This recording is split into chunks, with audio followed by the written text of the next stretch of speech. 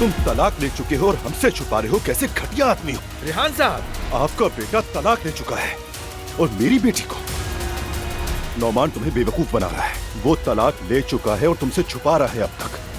नौमान की तलाक पहले ही हो चुकी थी और मेरी बेटी को घर पर बिठाकर मासी बना के रखा है उसने। ये क्या कह रही हो तुम? चलो सच बताओ मुझे।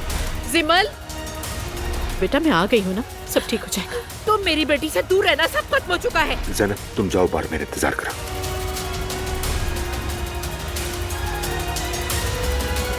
जिमल मेरी बीवी है, आप उसे नहीं ले जा सकती। तुम जिमल को फौरन तलाक दोगे वरना अंजाम बहुत बुरा होगा।